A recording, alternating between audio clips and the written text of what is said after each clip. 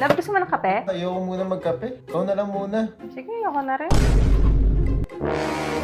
Hindi, sige. Gusto ko na yung magkape. Ayaw mo, galit ka eh. Hindi. Gusto ko nga magkape. Love, nagugutom ako. Pwede daan tayo sa convenience store. Bili tayo food ha. Oo, sige. Pero wag mo na ako bilhan kasi hindi rin naman ako gutom. Kung ganon, hindi na lang ako kakain. Wag na, hindi na ako gutom. Hindi, sige. Bili mo na lang ako ng shop out. Gutom din ako kasi tayo rin ang biyahe natin. Shop.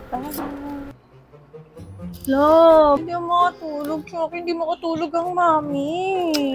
Ano ba yan, love? Nai-istorbo ka ng tulog. Hindi naman pwedeng ko ano yung ginagawa mo. Yun yung gagawin ko. Hindi kasi ako makatulog eh.